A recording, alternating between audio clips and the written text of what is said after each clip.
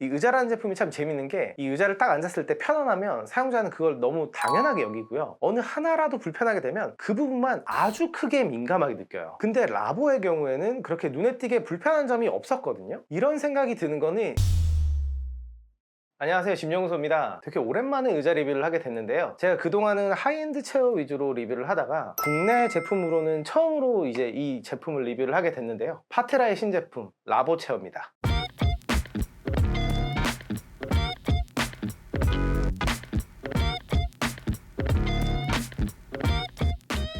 파트라는 의자에 관심이 많으면 알고 계실 텐데 국산 의자 브랜드고요. 가장 큰 특징은 국내에서 디자인, 엔지니어링, 개발까지 전부 다 한다는 겁니다. 이렇게 모두 다 하는 회사는 생각보다 많지는 않아요. 업력도 37년 정도로 굉장히 오래된 편인데 일반 사용자에게 알려져 있기보다는 B2B, 기업 대 기업 간의 거래 위주였던 것 같아요, 그동안은. 그래서 TV에서는 은근히 파트라 의자들이 자주 보이긴 하거든요. 개인적으로도 국내 3대 의자 브랜드가 있다면 시디즈, 듀오백, 그리고 이렇게 파트라, 이렇게 꼽고 있습니다. 라보는 그 파트라에서 5년간 이제 개발과 디자인 모든 거를 전담해서 제작을 했다고 하는데 어떤 의자인지 한번 리뷰에서 자세히 살펴볼게요. 우선 제품은 반조립 상태로 배송이 되었고요, 등판 좌판 연결하고 중심본과 헤드레스트만 딱 끼워주면 되는 간단한 방식이라서 대략 10분 이내에 조립이 가능했습니다. 팁이 있다면 작은 테이블이나 책상을 사용해서 조립을 해야 의자를 바로 뒤집어 놓을 수가 있어서 더 편합니다. 자세한 조립 방법은 우측 상단에 파트라 공식 영상을 보시는 게 더 편하니까 확인해 주시고요. 제가 선택한 제품은 화이트 쉘 그레이로 이름 그대로 전체적으로는 흰색 플라스틱 바디에 회색 패브릭, 투톤으로 이루어져 있어요. 제 첫인상은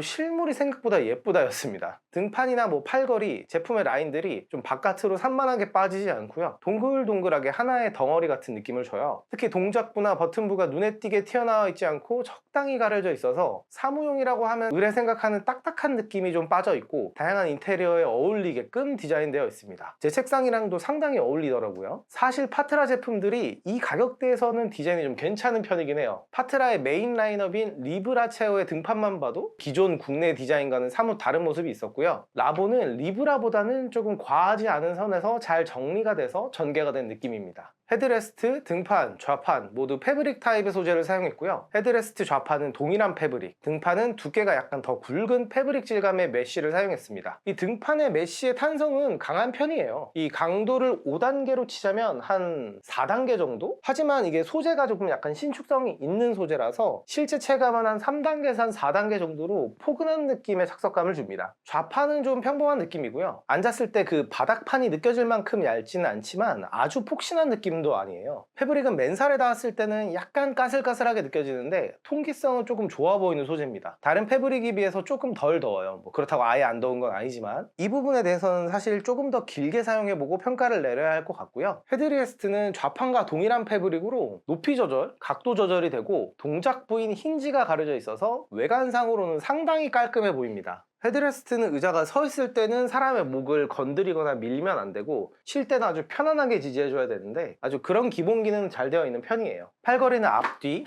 좌우, 각도, 높낮이 다 되는 4D 팔걸이고요. 이 팔걸이의 커버 소재는 TPS로 쉽게 생각하면 이제 고무 소재, 고무 합성 소재를 생각하시면 되는데 내부에는 얇은 스펀지가 있어서 팔꿈치가 닿았을 때 여기가 빨갛게 붓거나 아프지 않게끔 잘 처리되어 있습니다. 솔직히 푹신한 타입은 아니지만 이 가격대를 감안했을 때는 최소한으로 잘 처리되어 있다, 이렇게 보여지고요. 다만 아쉬운 점으로는 조작감이 상당히 뻑뻑한 편입니다. 이렇게 보시면 한 손으로 조금 조작을 미세하게 하기에는 약간 뻑뻑한 편이고, 그래서 두 손을 사용하시는 게 좋은데 이 부분은 조금 더 부드러웠으면 좋겠다, 이런 생각이 들어요. 다음으로는 제가 앉아서 한번 보여드리도록 할게요.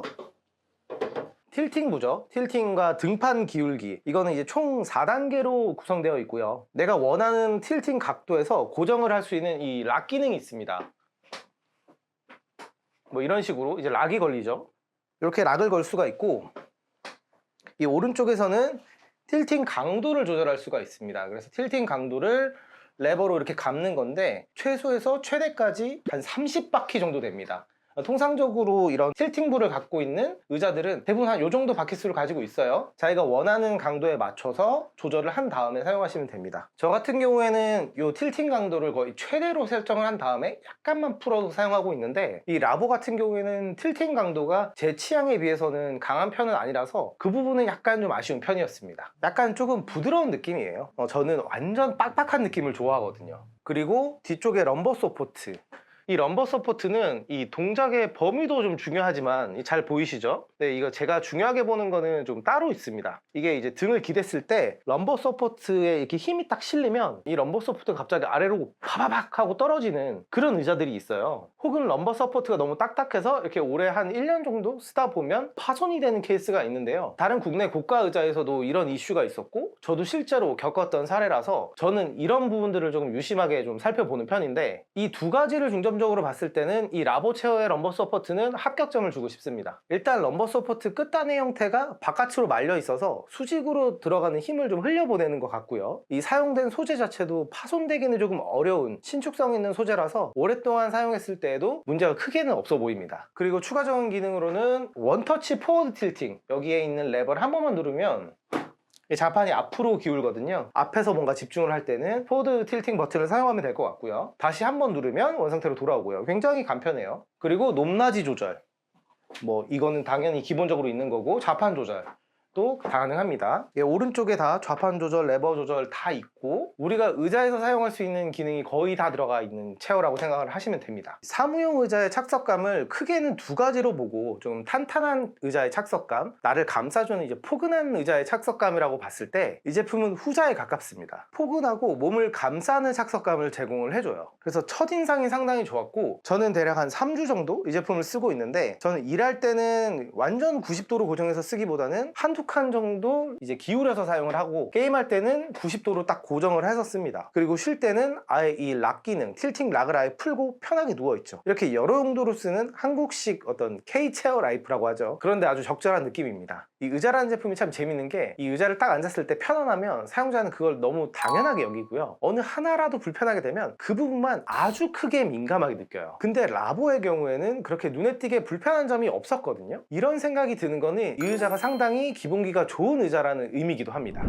그러면 장단점을 한번 살펴볼게요. 라보의 장점 첫 번째는 이 현대 사무용 의자가 갖고 있는 모든 기능을 다 가지고 있다는 겁니다. 근데 그게 마치 그냥 그 기능이 있어요, 구색만 맞춘 게 아니라 아주 다 잘 돌아가요. 어느 하나 빠진 게 없다는 게 매력이죠. 그러니까 모범생 같은 의자예요. 두 번째로는 가격입니다. 라보가 실제 판매가가 얼마가 될지는 사실 지금 제가 리뷰하고 있는 상황에서 잘 모르겠어요. 제가 단순히 30만원, 한 40만원대 의자라고 생각했을 때는 상당히 경쟁력이 있는 의자입니다. 이게 의자를 앉다 보면 아시겠지만 너무 허접한 의자는 진짜 정말 허접하고요. 또 그렇다고 해서 모든 걸 갖춘 의자는 50만원대가 확 넘어와 버리는데, 그렇게 되면 대중적으로 상당히 부담스러운 가격대가 되는데, 그 사이에서 포지셔닝을 잘 한 것 같아요. AS도 2년을 제공한다고 합니다. 단점으로는 가격이 적당하기 때문에 생기는 아쉬움 중에 하나인데, 조작을 하는 부분들이 전반적으로 조금 부드럽지 않고 뻑뻑한 편입니다. 이런 조작부들을 부드럽게 만드는 게 원가 상승에 큰 영향을 끼치니까 어느 정도는 타협한 것 같아요. 네, 이렇게 한번 정리를 해보면 이 의자는 어떻게 보면 참 모난 게 없는 참 무난한 의자입니다. 근데 무난한 의자라는 거는 의자의 기본적인 역할을 아주 충실히 수행한다, 이런 의미이기도 합니다. 즉 기본기가 우수한 의자다, 이렇게 말씀드릴 수가 있겠고요. 제가 이제 의자 리뷰에서 마지막으로 하는 한 줄 평을 해보자면, 이 라보 체어는 경쾌하고 포근한 의자, 그런데 기본기를 곁들인 이라고 정리를 할 수가 있겠습니다. 네, 이번 리뷰는 여기까지입니다. 궁금한 점이 있으시면 편하게 댓글 달아주시고요. 저도 이제 사용을 해보면서 장기적으로 사용했을 때 더 큰 장점이 어떤 게 있고 더 큰 단점이 어떤 게 있는지 추후에 이제 사용기를